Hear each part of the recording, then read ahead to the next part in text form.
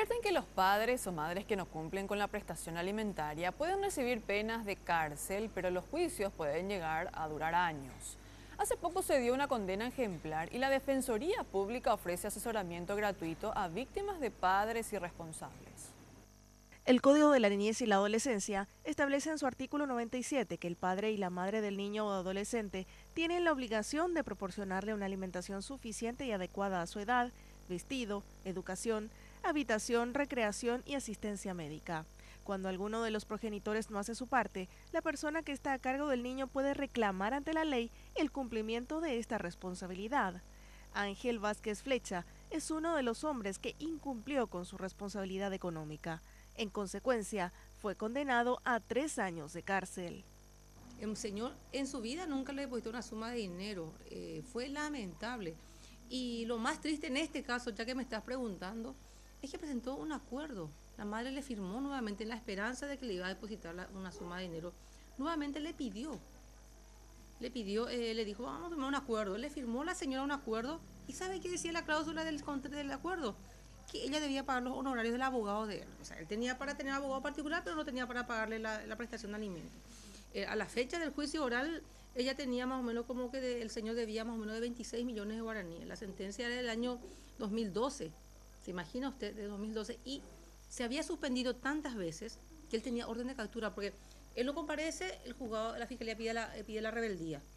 Y la rebeldía suspende los plazos hasta que se lo agarre de nuevo. Se lo agarraba, se iniciaba de vuelta. Tanto es así que en la última oportunidad que ocurrió eso, porque como 6 veces esta persona fue declarado rebelde, le pidió al juzgado que por favor disponga la prisión de él hasta tanto se sustancie la audiencia preliminar. Y así que se hizo y así se pudo sustanciar el juicio oral.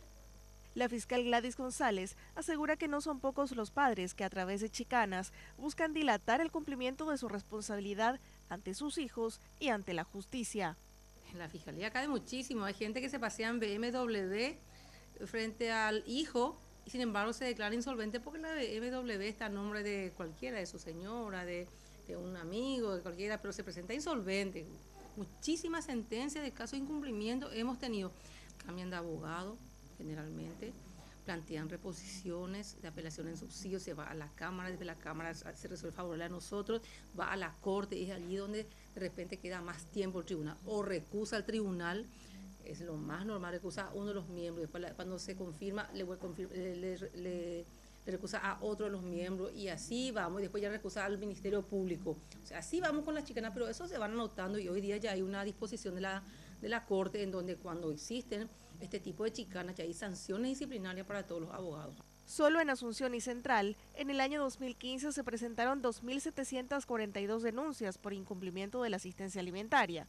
En el 2016 fueron 2.604 casos denunciados y en lo que va del año, hasta el 20 de abril la cifra ya llegó a los 648 en la capital y sus alrededores. En la mayoría, los demandados son los padres, aunque también hay madres demandadas en menor proporción. Las demandas por prestación deben ser promovidas a través de un abogado y en caso de no contar con recursos para contratar uno en forma particular, es posible recurrir a un defensor público, quien llevará el caso en forma gratuita cumpliendo con algunos requisitos. Necesitamos fotocopia de cédula de identidad de la persona que va a iniciar el juicio de demanda, el certificado de nacimiento original de la criatura o las criaturas, porque es la única forma de mostrar el vínculo que existe, y probar también la filiación.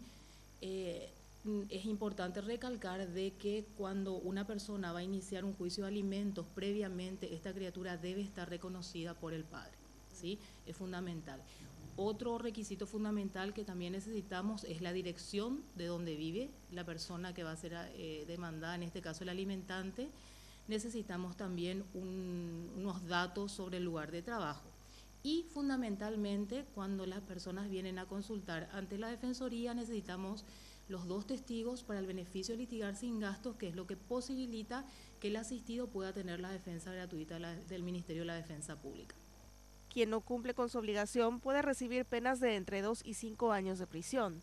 Si se constata que el demandado es insolvente, la responsabilidad se traslada a los familiares. En teoría no es relevante que el padre se declare insolvente. ¿Por qué? Porque justamente la ley queda abierta para poder aplicarle la presunción de que por lo menos gana el sueldo mínimo, ¿verdad? Las oficinas de la Defensoría Pública en Asunción están a pasos del Palacio de Justicia y los defensores públicos también trabajan en la mayoría de las ciudades del país o cabeceras departamentales.